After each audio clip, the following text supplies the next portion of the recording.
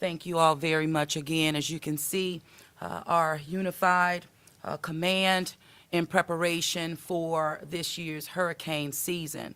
Hurricane season, as you all know, started today, June the 1st, and the city of New Orleans is prepared. You will be briefed by many of my agency leads, department leads, as well as agency leads as well, all of our partners who are assembled here. I'm just coming from my mayoral briefing of over 58 departments and agencies that we all depend on working together and in coordination to respond, to prepare and to respond to any hurricanes or weather threats that come our way. Standing, of course, looking at local, state, and federal partners who are with us, no doubt about it. As you all know, this is now our third hurricane season in the midst of COVID-19. We're making sure that all protocols and guidelines are embedded in our plan should we need to activate relative to any changes with this pandemic and throughout hurricane season. But we are ready and we are prepared. My number one, focus that I want our residents to focus on is to have a plan. We have learned from Hurricane Ida, these storms and many others actually, that they come fast, or they start as a tropical storm and they turn into a hurricane very fast. We had our most frequent or active season on record. The third most was last year, and so we have been advised that will not slow down. So we're making sure again that we're doing everything necessary to prepare ourselves and therefore prepare our public. And with that is that our residents need to formulate their own plans. Be prepared. You're going to hear that over and over and over again because it is just that important. What I'm going to do now, I'm going to start with our agency briefings, and you're going to hear, we'll bring up Lauren Nash, who is with the National Weather Service, and who will provide us with her key updates, and then we will rotate from one director to the next. Following Lauren will be Colin Arnold, and then you'll hear from my public safety teams, and then we'll move through. With that, I'm going to call up Lauren. Come on up, and we'll go one by one. And as usual, we'll take questions after everyone has provided their remarks and briefings. Thank you. Good morning. Thank you, Madam Mayor. As Madam Mayor said, we are looking at another active season. But I just want to say, as we all know here in this room, it only takes one storm to make it a bad season. But just be prepared for another active season. Remember to focus on every hazard, not just the center of the storm, not just the cone, and not just the category. Know your personal risk and know how you're going to be impacted for each of those hazards. Also, follow your trusted sources for information, whether it be the city officials, government or federal officials, the National Weather Service, or your local media. It's really important that you can get accurate and timely information from those sources. Don't wait till the last minute to prepare. Think now about your plans and get your kits ready. Be prepared to keep yourself safe and your family safe, especially after the storm if you decide to stay. We've been losing people due to heat and carbon monoxide poisoning due to improper generator use. We just want to make sure you're prepared now to handle those situations. Lastly, we here at the National Weather Service will always be here to support the city of New Orleans and all of Southeast Louisiana and Southern Mississippi. Thank you. Thank you very much, Lauren. You're going to now hear from Colin Arnold, who is our Director of Homeland Security. In Colin's remarks, you will also take note of some lessons learned from Ida and how the city has incorporated things that we stood up during Ida, like the cooling centers and the like. But you will also hear other areas that we've made improvements based on lessons learned. This will always be a part of how we make progress in the city of New Orleans. Colin? Thank you, Madam Mayor. Good morning. Today, as the mayor mentioned, local, state, and federal partners briefed the mayor on preparations for the 2022 hurricane season and the city's readiness. As we know from Lauren Nash just now, this is the 7th consecutive above average hurricane season that we have been forecasted over these years. And as Laura mentioned, it only takes one storm, and we know that. We're very concerned over what we've seen over the past couple of years with rapidly intensifying storms, particularly those storms that form in the Gulf of Mexico and near the Yucatan Peninsula. It seems to be that these are becoming the norm, and moving forward, we are synchronizing with our local, state, and federal officials like never before. As the mayor mentioned, we had over almost 60 agencies briefing the mayor this morning, both in person and virtually, over 2 hours of briefings. The Office of Homeland Security and Emergency Preparedness remains committed to coordinating the city's response should a storm come our way. You'll be hearing a lot from our partners today, but I want to talk about some of the things, as the mayor mentioned, are lessons learned from Hurricane Ida. We have formalized the cooling center concept as emergency resource centers, ERCs. These can be used for any event, but obviously we found them extraordinarily useful, the 8 cooling centers we had for Hurricane Ida. We've been working with Entergy, the Power Through program, just tremendous work. We're going to double the amount of city facilities, particularly rec centers and libraries, that are going to be able to accept emergency power. That will be completed by mid-July. They're working very hard on that right now. Proud to say that Sanchez Center is getting installed right now and is one of our target rec centers or community centers for this to have, and among others around the city, to have this availability. They're also installing this capability on the entire Morial Convention Center, which we think is a game changer, for the future, for looking at what types of storms we're facing. With that, we've worked with the CEO of Nordsea, Larry Barabino, tremendous partner, to train almost 60 of their personnel on shelter operation and shelter management through the Red Cross. And so what that means is we want to build our capacity to shelter, particularly post-storm, and I want to make that clear, that what we saw after Ida was people coming back from state sheltering when they had the opportunity to go. When they came back, there were challenges, and we want to make sure that we're addressing that to the best of our ability by having our own in-house homegrown sheltering capacity that we can provide to give us a jump start on getting more of those resources from the Red Cross and other places that are the experts at sheltering. But we want to be, excuse me, we want to be experts ourselves. Another lesson learned is just situational awareness, particularly when it comes to weather. I'm extremely excited to have Ed Mansouri here, who's the CEO of Weatherstem. We've installed 16 of 20 at this point, and we've got another installation package coming together here within a week or so of weather stations, very dynamic precision weather stations that have been installed around the city over the past 5 months. We've created a website called weatherwise.nola.gov. It's live right now, weatherwise.nola.gov. Check it out. I think for our media partners, particularly in the weather field, this is going to be an incredible asset to us. There's a lot of information there, but also for the public. This is going to give you neighborhood by neighborhood real-time weather information through whatever we face, whether it be a hurricane, an afternoon rainstorm, or when we have blue skies. You're going to be able to see that weather visually, graphically, archive data. And they're also about learning. STEM is in the name. Excuse me. STEM is in the name.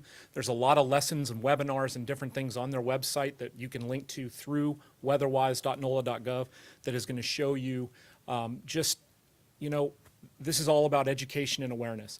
A community is safer when they're aware. And that's what we're trying to do here. So visit that weatherwise.nola.gov. I mentioned the Entergy power back. That's huge for us. And we're excited to have now going from 8 facilities to 16 facilities total that will have emergency backup power. We've worked with the health department, the mayor, our city council on the living facility ordinance. And look, this is a work in progress. And it's not near perfect yet, but what we're doing is communicating, and I think that that's the key to avoiding some of the things we saw during Ida, particularly with our vulnerable and elderly population. And we do not want to see that again. We do not want to see heat-related illness take the life of one of our elders because we didn't know where they were, we didn't know. And so now we are going to know. We're going to communicate with these facilities. We're up to about 70 now. We just want to know what their status is, particularly if we have a situation like Ida with a long-term power outage. We want to know what their condition is. It may not mean that we have to evacuate. It may mean that we just need to go and put our eyes on them, give them some support, give them food, water, ice, whatever they need to get through those days, that period until we get power back. And that's as simple as it is. And so working within that ordinance, we're really demanding the communication with these facilities, and we're assessing their needs and what their capabilities are. Some of these places have generators, some of them don't. Some of them have emergency plans that are pretty operational. Some, they need some work, and we're going to help them with that. But that's the goal, is the communication. Remember, as the mayor said, you need to get connected, make a plan, and gather supplies. Those are the three basic things. You need an evacuation plan that includes any special needs, includes your pets. You need to gather supplies, whether you have to have a go bag if we need to leave, or a home kit if you plan on sheltering in place. Review your insurance policies, your flood insurance, make sure you're covered. And always, always, always, you can connect with us at NOLA Ready on social media, ready.nola.gov. Text NOLA Ready to 77295. We've got almost 300,000 of our residents who have opted in to NOLA Ready. That's incredible. The population is less than 400,000. That tells you how meaningful, we feel that our purpose is with NOLA Ready to try and communicate with people. So this hurricane season is no different than what we have faced in years past, and this is a very strong community, and I'm very proud of this community for what we've gone through, both with COVID and hurricanes and everything else. So, talk to your neighbors, talk to your family members, talk to the people in your houses of worship about hurricane preparedness. Come and see us at ready.nola.gov, and we will provide a hurricane preparedness presentation for you. Volunteer with us if you want. You can do that on the website, and continue to take care of one another in this great, great city. Thank you Thank very you. much. Thank you very much, Colin. And I'm going to turn to Chief Roman Nelson of our fire department. Chief?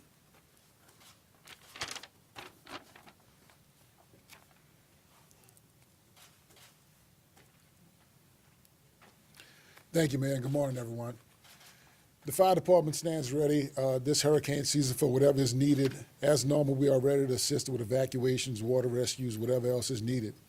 But the theme of the day, as we talk about how the city is prepared, we also want to talk about how you can be prepared in the public to be safe in the case of a hurricane. So as you're doing your preparations, I want to remind you some things. As we've already talked about, generators were a big issue last year during hurricanes. So for those of you that got new generators last year or getting generators in preparation for hurricane season this year, just some things to remember. Make sure that they've been serviced, right? Just like a car, they need the oil change, they need servicing. So if your generator hasn't been serviced since last year, get it serviced now that we're coming into hurricane season. If you have a portable generator and you haven't used it before, think about where you're going to place it on your property. Think about how you're going to power the appliances in your home.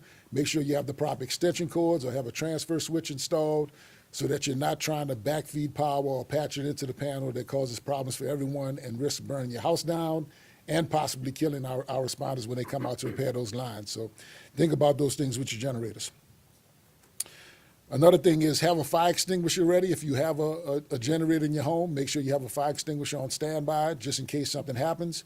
And also definitely make sure you have a carbon monoxide detector in your home. If you don't have one and your house is all electric, but you have a portable generator, make sure you get a carbon monoxide detector and put it near the closest entrance to where that generator is going to be positioned outside to make sure you keep your family safe. Smoke alarms, right? If you didn't change your clock and change your battery like we remind everyone to do every year, make sure you get some 9-volt batteries when you're out doing your preparations. Change those batteries in your smoke alarm. If the power goes out, then your smoke alarm is going to run off those batteries, so you want to make sure it's functional to give your family that extra level of protection. If you don't have smoke alarms or you aren't sure of your smoke alarms, as we always talk about, the New Orleans Fire Department will come and install smoke alarms free of charge in your home. We also have smoke alarms that are designed for the deaf and hard of hearing. So just give us a call, 504-658-4714, 504-658-4714, or you can go to our website as always, NOLA.gov/NOFD. 10-year battery. Yes, ma'am. 10-year lithium battery-powered smoke alarms. We pop them up. You don't have to worry about them for 10 years, and your family is safe. And one last thing I just want to touch on, as you're out doing your preparations, right? Candles, right? When you're out doing your preparations, don't get regular candles. Get LED candles. Get battery-powered lighting. We see a lot of fires during storms when the power is out from those candles. So instead of getting regular candles, do your preparations now. Get battery powered. Get LED candles if you like the flicker of the flame, but get something battery powered that doesn't have a risk of that fire. Okay? So thank you, and everyone, please be safe. Thank you very much, Chief Nelson. I'm going to call on Chief Samaran. We're going to hear from Director Morris and followed by Chief Goodley with the New Orleans Police Department. Thank you, Madam Mayor. Good morning, everyone. New Orleans EMS stands ready for this hurricane season. Our mission during any storms is to continue responding to 911 medical emergencies as long as it's safe to do so, and assist in the evacuation of homebound, bedridden, and medically needy residents that need an ambulance to evacuate or to get somewhere. We work closely with the New Orleans Health Department on city special needs and encourage anyone with a medical special need to call 311 or go to ready.nola.gov for more information. It's important that we know who you are and what you need in order for we can take care of you in a storm or any disaster or any emergency. So please call 311 or go to ready.nola.gov and let us know who you are and know how to make a plan, build a kit, and stay informed, right? That's important. As we learned in previous storms of power outages, if you are on home oxygen or other electrically dependent medical device, please talk to your doctor or supplier on what to do during evacuation or extended loss of power. During Ida and other storms, we've had significant issues with those on home oxygen. They didn't expect to stay home that long without oxygen. The suppliers could not get to them. So make sure that you talk to your doctor, you talk to your supplier to make sure in a storm you have extra supplies to take care of that in the future. Also know, just as Chief Nelson said about generator safety, we also had a lot of calls with carbon monoxide illness and just various injuries with generators. If you own a generator, please be careful using it. Please keep it away from doors and windows and be very careful with carbon monoxide. It's a silent killer, and it is very important that you keep it away from your house and that you don't fall asleep and the carbon monoxide get to you at that point and make you sick or even kill you. So that's very important. It's critical that you have a plan and know what to do, where to go if told to leave, and to share those plans with your family, friends, and neighbors. You should also have essential disaster supplies on hand in case you need to evacuate or shelter in place.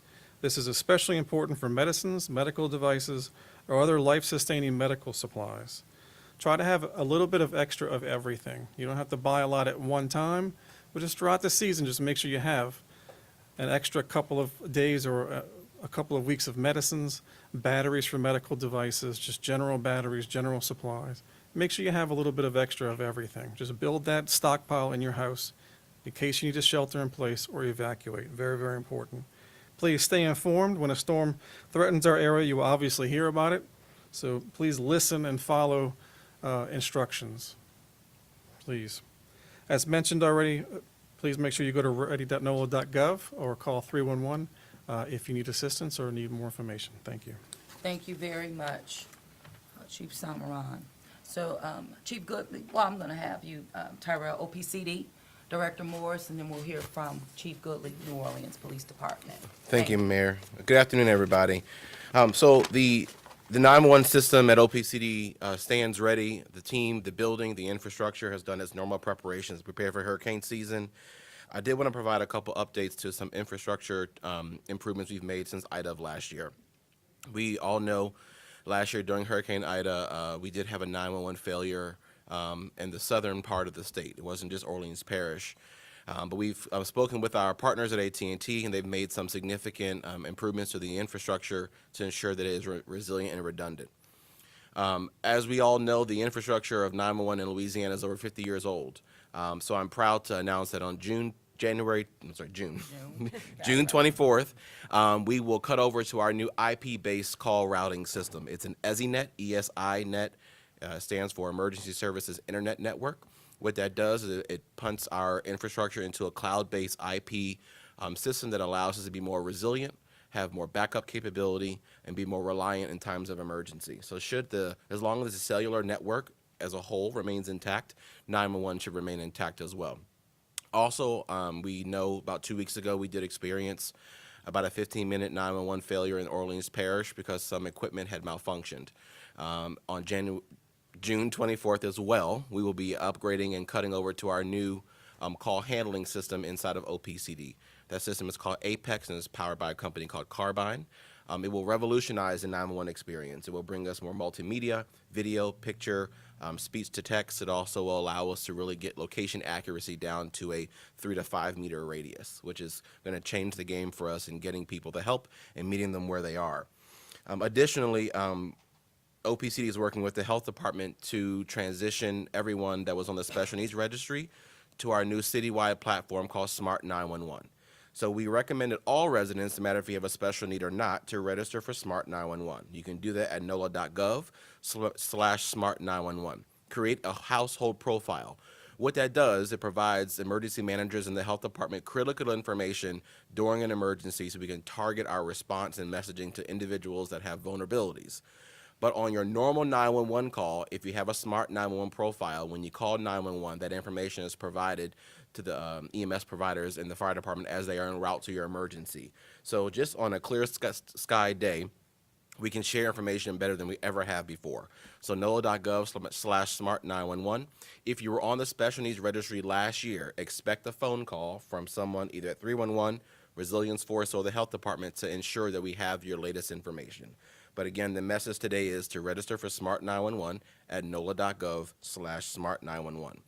Additionally, the first responder network also went down last year during Ida because we were reliant on some commercial cell towers.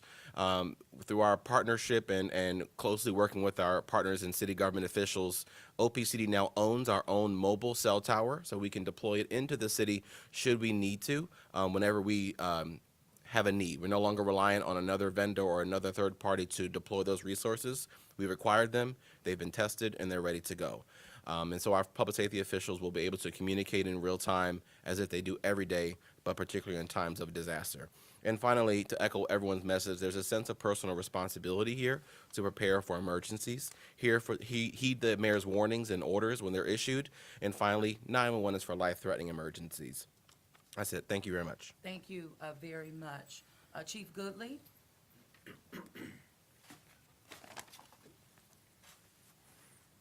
Thank you, Madam Mayor.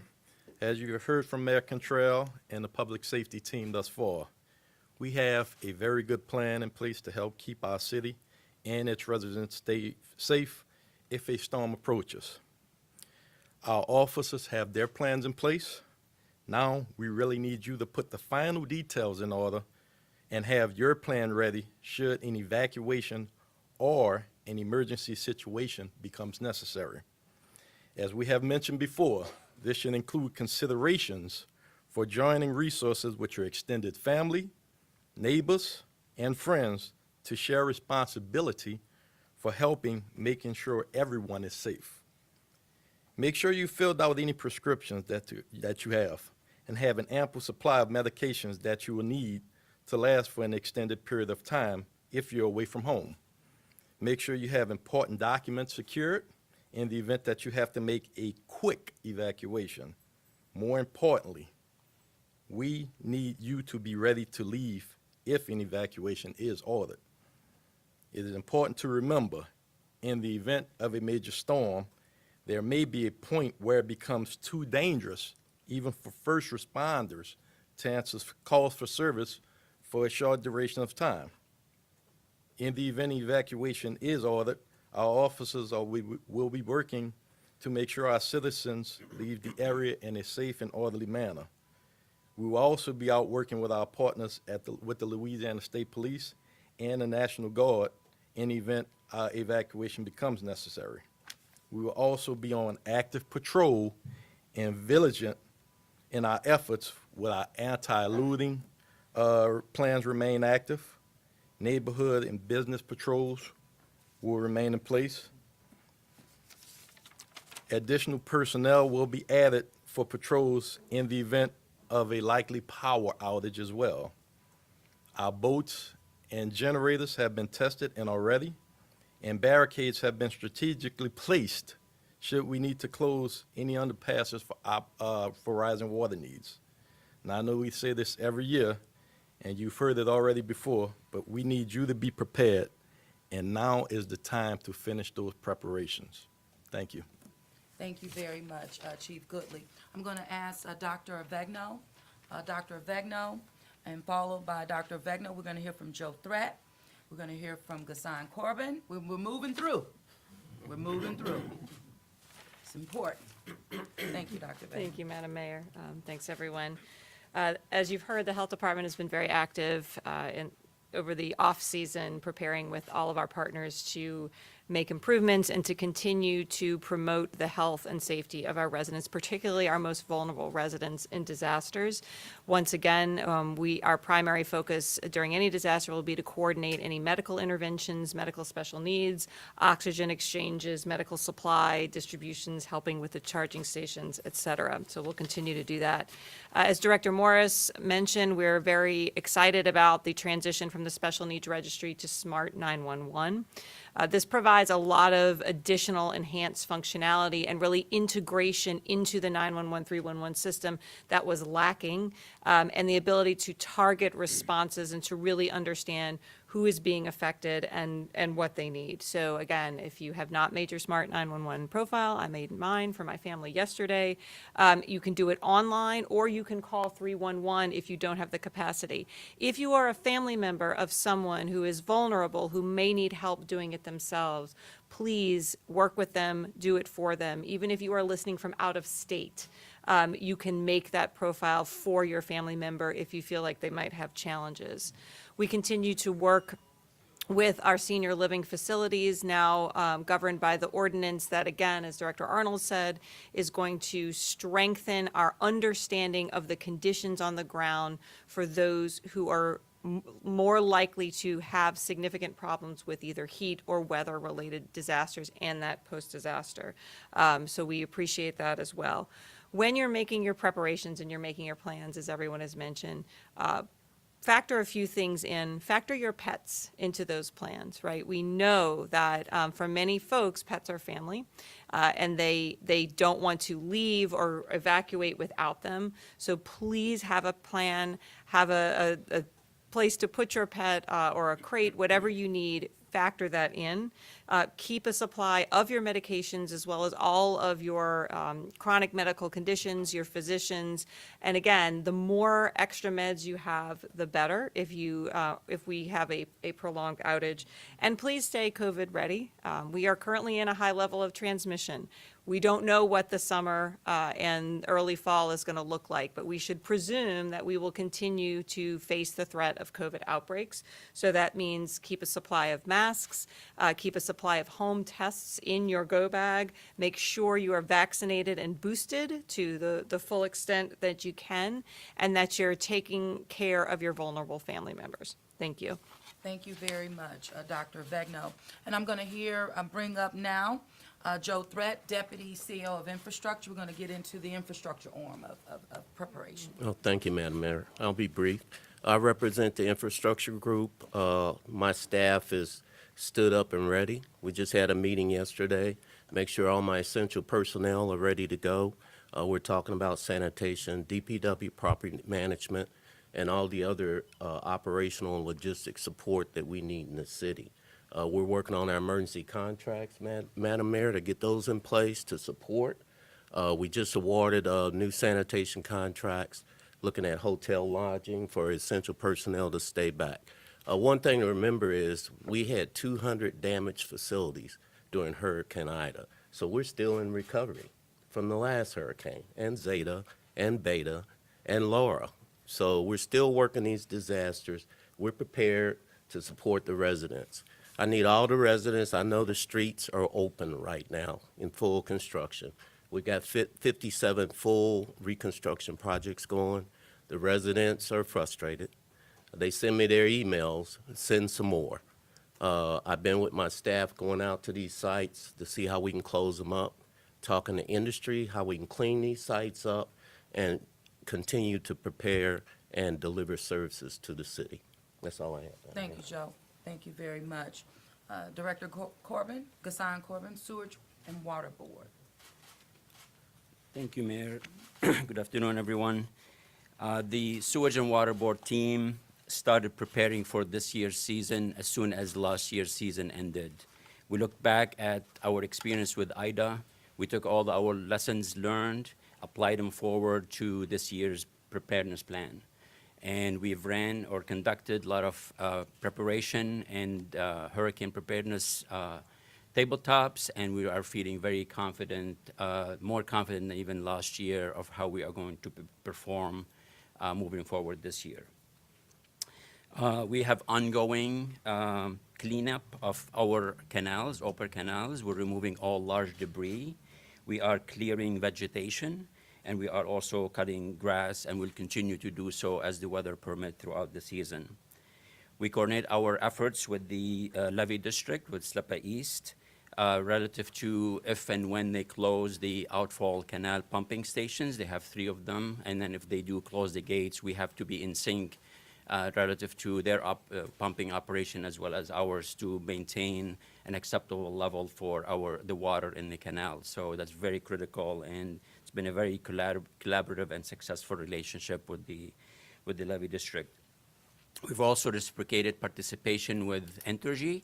We've invited them to participate with our preparedness workshops, and they've invited to participate in theirs, and has really created a better appreciation to the challenges of our teams, and also created a better communication at multiple levels. Again, very good lessons learned from last year relative to what's critical, what to pay attention to during an event and during an outage. As we move forward into this season, we have 95 of the 99 drainage pumps available. That's a very good place to be. 2 of those pumps are in DPS 6, which is one of the largest pumping stations rather, and one of those pumps will return in operation by the end of this month, by the end of June, which puts us at 12 pumps out of the 13. So again, it's a good redundant situation. There's no concern whatsoever. That's very typical to have one pump down, and again, we have plenty of redundancy in that pumping station. The other 2 that are down, one is in DPS 11. It's in West Bank. It's out of service and not likely to return before the end of the season. But again, that doesn't pose any concern because we have capacity in that pumping station. Similarly, for DPS 13, also on the West Bank, we have 1 pump that is down. And then we are able, however, to use it if and when we need it in a very, very emergency situation. So if we need to, we will use it. Otherwise, it will not be utilized. All of our 12 underpass pumping stations are operational and ready to work, which is a very critical asset. Relative to our power, we are in a very, very good place. We have T4, T5, and T6 available and operational at full capacity. We have 4 of our 5 EMDs ready to serve. Those are backup to the backup. We will only use them only if we need to, and we hope not to use them, obviously, because they do cause a lot of concerns to our neighborhood. Neighbors, rather, I should say. We have multiple frequency changes that allow us to use Entergy power and convert it into 25 hertz, allowing us to drive more of the old pumping stations that we have, and that amounts to about 27 megawatts of power. So again, with what we have today, we have plenty of power capacity to exceed even the peak demand for the season. So we stand in very, very good place.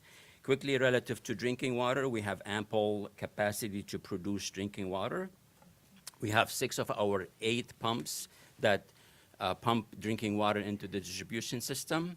We never use more than 4, so again, we have redundancy even with the 2 that are down. 2 of those 6 are brand new, so they are very reliable and efficient. The pumps that we have use either 60 hertz or 25 hertz, so not only we have redundancy in numbers, but we also have flexibility to use whatever power supply that is available. So that was proven very, very critical last year during Ida, where we did not have any interrupted drinking service for the city. It was very huge, and that was because we have that redundancy and the flexibility. And then finally, in terms of wastewater treatment, as some of you may know, that we sustained damage at the East wastewater treatment plant. That plant has gone through a lot of repairs, about $6 million worth. It's fully functional. The backup generator also sustained damage, and that is also back in service and fully operational. We are fortifying that generator so to minimize further damage in the future. With that, our team is battle-tested, experienced, and we're ready to protect the city. Thank you. Thank you very much. And, last year we were worried about redundancy. This year, we're not worried so much. More redundancy than we've had in decades. I'm going to now turn to Ms. Diana Rodriguez with Entergy, please. Thank you, Mayor. And I want to thank the mayor and everyone here. I think that pulling everybody together is important, and being a part of this entire team is important so that we all are ready for the next storm season. When it comes to resiliency, it's not only the strength of our system, but also how quickly and safely we come back from an outage. As in years past, we have worked with the Department of Homeland Security, and all critical customers have been identified. We're also working, and it was mentioned earlier, to create these cooling centers, and we have a generator readiness project that we've put together with the city, and the city has identified critical sites for those. Inspections of the grid and our facilities have been conducted using infrared cameras and drones to inspect power lines. So we are ready, we have rehearsed, and we have drilled. Finally, I would like to mention again, you can't hear it enough, you cannot convey this message enough. Generator safety is a big deal. It hurts people, and people have died more after storms than during storms. So please keep that in mind. I also want to remind people of down power lines. As any storm approach, it doesn't have to be a hurricane. If there is a down power line, do not approach it. Please make sure, take care of your friends, your family, your children in particular. And finally, we encourage customers to sign up for text messaging by texting REG to 36778.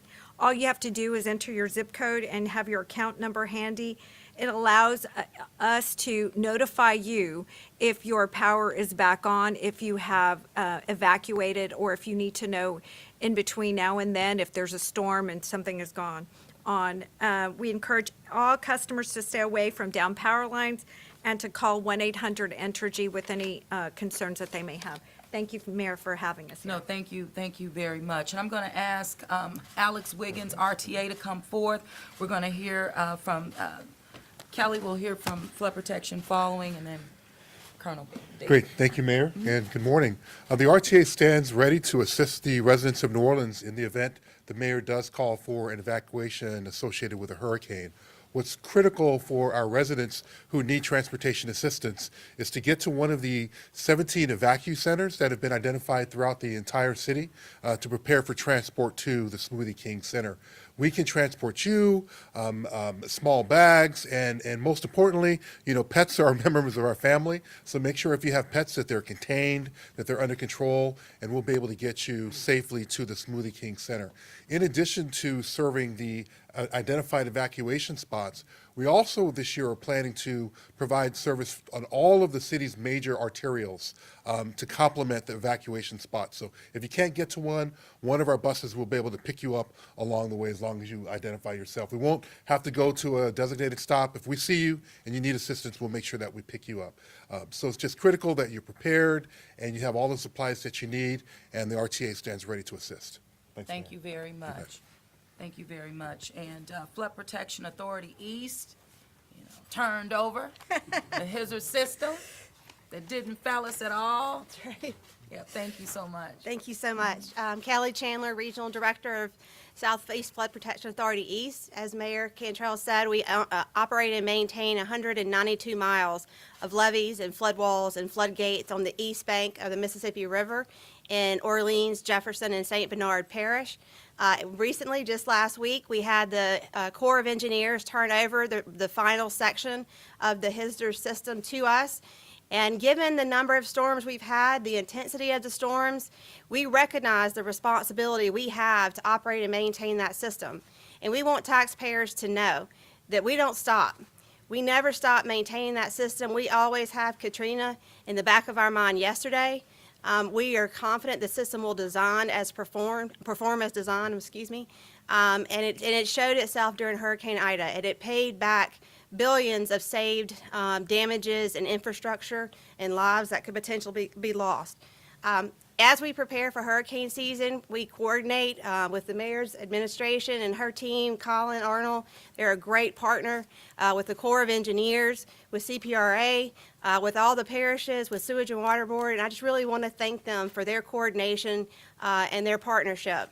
Also want to thank, we have over 230 employees that work for our agency that operate and maintain this system on a daily basis. So when a hurricane season comes, when a hurricane is on its way, we're ready. We've operated our gates, we've conducted our annual inspections, we've updated our emergency operations manual. We are ready.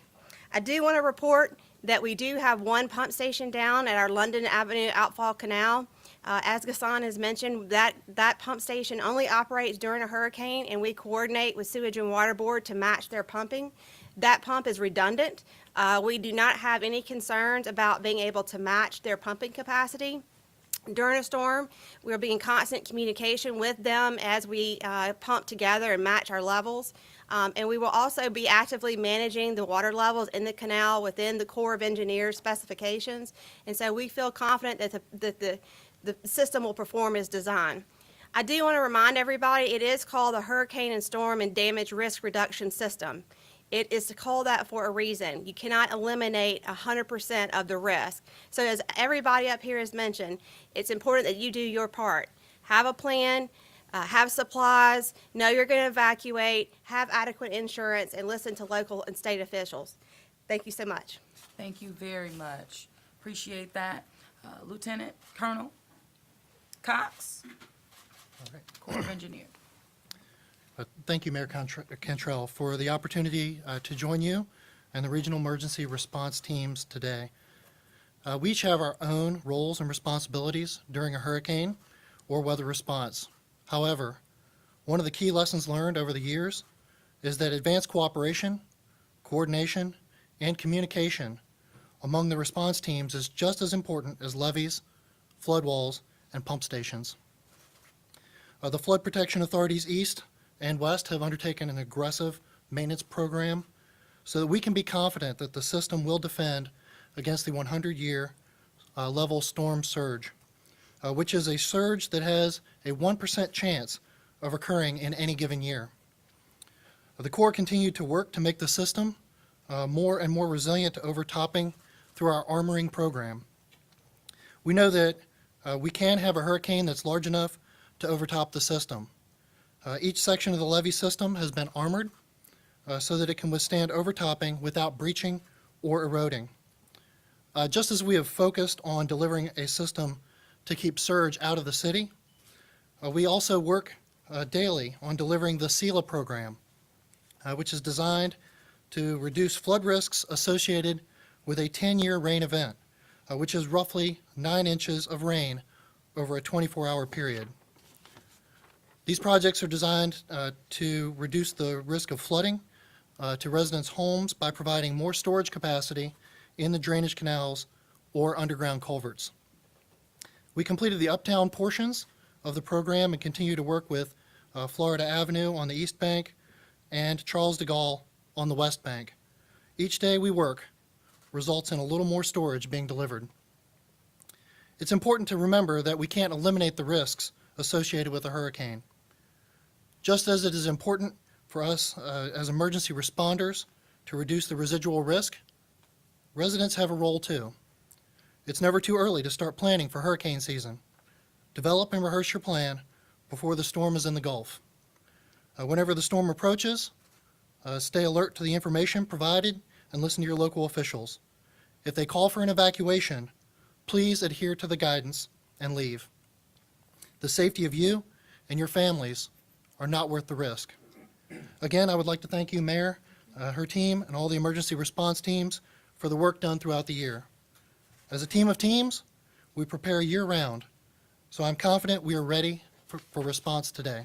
Thank you. Thank you very much, and I know we continue to thank the Corps for installing those blue roofs around the city that we still have. I still have my blue roof on, thank God, in preparation for this upcoming season. Colonel Bailey, Louisiana National Guard. Thank you, Madam Mayor. Good afternoon, everyone. The Louisiana National Guard is trained and ready to respond to any natural disaster. We're prepared to support the city of New Orleans, the surrounding parishes, and the state of Louisiana when called upon. Specifically here in New Orleans, our mission involves security, search and rescue by high water vehicle, boat, rotary wing aircraft, helicopter, and to move in to support the community with commodities distribution after the storm has passed and in the wake of the storm. We're always going to be here with you. The men and women of the Louisiana Army and Air National Guard are all from this area, that serve this area. We're your friends and neighbors. You matter deeply to us, and we're going to protect what matters. Thank you. Thank you very much, Colonel. And last but not least, and quick, Mr. Ed, come on up and tell us quickly about Weatherstem. I know we've heard a lot about it through Colin, but got to put a face with a name. Good afternoon. Thank you so much, Madam Mayor. As you all know, weather can change very drastically, even over very short distances and minute by minute. If, God forbid, a hurricane was to impact New Orleans again, one neighborhood to the next might have very dramatically different rainfall amounts, wind speeds. So what we've done is work with Director Arnold and his team at NOSEP to set up a network of modern weather stations all across Orleans Parish. These weather stations are connected to cellular modems, so even if the power was to fail, they'll still have an internet connection, and they're all connected to backup generators, and they publish to a website that we've created in partnership with NOSEP, weatherwise.nola.gov. These systems also have cameras attached to them so that we can not only see what the weather conditions are numerically, but we can also see what the atmosphere is doing. In addition to hopefully providing a good source of data to Ms. Nash and her team at NWS, and also some situational awareness data to Director Arnold and the emergency responders, these websites are all open to the public. The websites also have a plethora of educational resources because we believe that an educated public is a safer public. We want to help citizens, school children, teachers alike better understand these storms and the impacts they have on our society. Thank you so much. No, thank you very much. And Weatherstem is vitally important.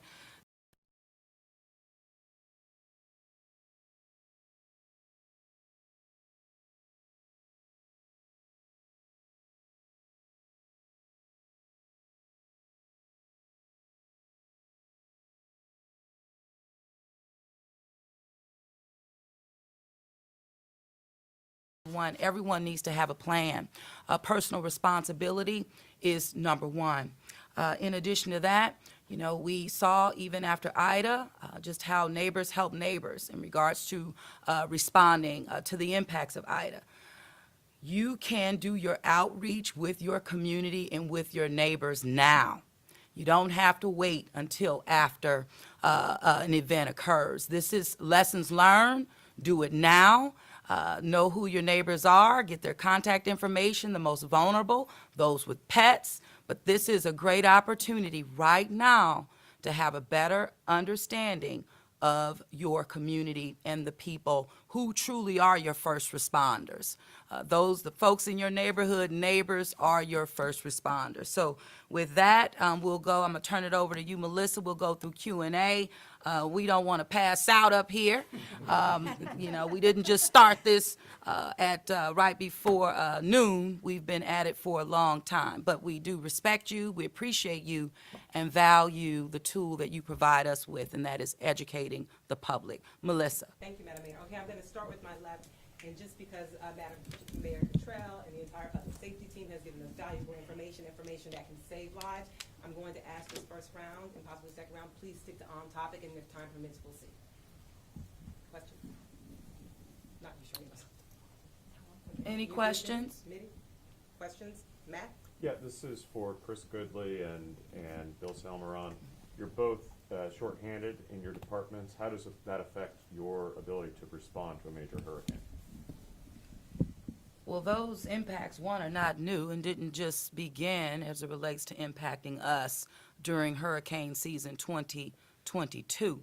I think that the unified command and our approach to deployment and also response practices have demonstrated time and time again that we coordinate, we communicate, and we are prepared to assist one another in responding. Chief Goodley, I'll go with you first, and then Chief Samaran, you can go after Chief. Excuse me, Mayor. So just to explain that further, in our plan, we compensate for our management resources, and our staffing resources is key to developing what it is we can actually perform in response for a hurricane or any natural emergency preparedness event. So that's in our developmental stages. Every year, we compensate for our staffing resources, and like the mayor said, it's nothing new, and we plan for it. Chief Samaran? Yeah, thank you for the question. So, we're on average about 75% staffing on a regular basis. And so we're prepared for that. We have a regular contract with Acadian Ambulance to provide us with additional units throughout the day, every day on a blue sky day. We also can tap into them for disasters, as well as request additional resources from the state and also the federal government if we do need additional manpower. Thank you very much, Chief. Next. All across the region last year, we know that hundreds of the seniors were taken to independence, and that, of course, turned into a horrific, deadly situation. Is there anything that's been done that can give families of seniors who are in senior homes any comfort that something like that won't happen again? Sure. So greater coordination and communication with the state. As you know, the state is the responsible party in terms of movement during an evacuation. So we continue to work with them, coordinate, and make sure that we're advocating for what's best for our seniors, our residents, should they be moved or transported outside of the city of New Orleans. Colin, anything to add? We're certainly, top of thought after Ida, is our seniors, clearly. Getting a hold and getting communication with the seniors in facilities that aren't regulated like nursing homes are was absolute top. And right there next to it is ensuring our relationship both with the Louisiana Department of Health and with our nursing homes in Orleans Parish, our regulated nursing homes. They've gone through enough regulation from the state and local level, because we have our own ordinances related to licensed nursing homes over the years, that I'm very comfortable with the procedures and the plans and the capacity that they have here within the parish. We have 16 licensed nursing homes, 13 are actually in operation right now. One is out of business and 2 are closed because of what you're referring to. We have communicated with them directly this year, both verbally and in writing. We have reviewed all of their plans. We've reviewed their primary evacuation facilities, should they evacuate. We reviewed their primary or redundant power source. They all have to have generator power. They all have the generators. They all have the fuel. They have their contracts set up for transportation, for medical care, and for food. And we have been very clear with Louisiana Department of Health in passing on the information on their primary evacuation facility, because that was the issue last year. It did not occur here in the city. It occurred here in Tangipahoa Parish, and it's very unfortunate that that happened. But we want to make sure that for any facility that is evacuating to what I would call a non-traditional facility, non-medical, warehouse, for other lack of a better term, we want to make sure the state has visibility on that, and that, that might be a perfectly legitimate facility to work out of, but it also might not. And so we want to make sure that the state has visibility on that, and we're communicating that with them. Thank you. Thank you, Colin. Any others? Yeah, so it's My understanding that mandatory evacuation plans revolve around having 72 hours of notice before landfall, and obviously we didn't have that much time ahead of Ida. So I'm curious what sort of contingency plans might be in place for speeding up that timeline for an evacuation or having other measures? Sure. So as we learned, and actually as we stood up post-storm evacuation efforts after Hurricane Ida, much of the planning has been around that. Looking at 24 hours that this city, we should be able to respond and stand up a post-storm evacuation. It is no secret. Climate change is absolutely real. Storms are coming faster, not giving us ample time as it relates to issuing not just voluntary, but a mandatory evacuation. Staying very closely tied to our federal and state partners in that, but it continues to be of great concern. But however, we're focusing on, one, sheltering in place should we need to, or post-storm evacuation, or even both, quite frankly. I'll ask Colin to come up and give you just a little bit more meat on that, but it's something that absolutely, I know at the top of my mind, and keeps me up, quite frankly, in the middle of hurricane season. Colin? What a question. Evacuation. Pre-storm evacuation in the face of a major hurricane is always going to be the safest method if you live in this community. You're always going to be safest if you evacuate, full stop. That said, we have not gotten the breaks these past couple of years with storms. It's just not happening. We're not seeing the 96 to 84 to 72 hours that we need, because we're not talking about what we can do as a city. We're talking about all of the assets that we rely on from our partners at the state and federal level, because, the state has to get 750 motor coach buses. That alone, in an age of COVID and the Great Resignation and everything going on is a tremendous task. So what we sat down after Ida to do was to figure out what can we do to protect the most vulnerable members of our community? Because that's really what it's coming down to now. Who out there is going to have, get severely ill or die, both during a hurricane and particularly after, if we have these challenges. And so what we want to do is, through a combination of things, I think it involves medical sheltering, it involves post-storm sheltering, it involves a combination of pre-storm, very limited movement of vulnerable populations out of the area if necessary, if you want to call it a hybrid, and then a robust post-storm movement if we have to, depending on the conditions on the ground. And so, we will never say don't evacuate if you have the capability and the ability to evacuate, but for some members of our community, we're going to have to take that extra step to do. And I think that regardless of timeline, that's what we're going to aim to do. It's a real question. Any other questions? Melissa, you're in charge. I'm sorry. Do we have any more weather-related questions about safety, anything of that nature? Okay, go ahead. Yeah, because we're broadcasting on live, Facebook Live. One of the comments that we've been seeing a lot throughout the week is, with gas prices being as it is and supplies at the grocery store being as high as it are, is that a concern at all for the city as well as other emergency affairs? Inflation is a concern for the city. The trifecta is a concern for the city. The Great Resignation, capacity, it's a concern. Inflation, prices increasing, it's a concern. Supply chain issues, they're concerns. They are impacting, bottom line, the daily quality of life of our people as well as government. No doubt about it. Thank you all for coming. Thank you very much. Appreciate your patience. Thank you very much.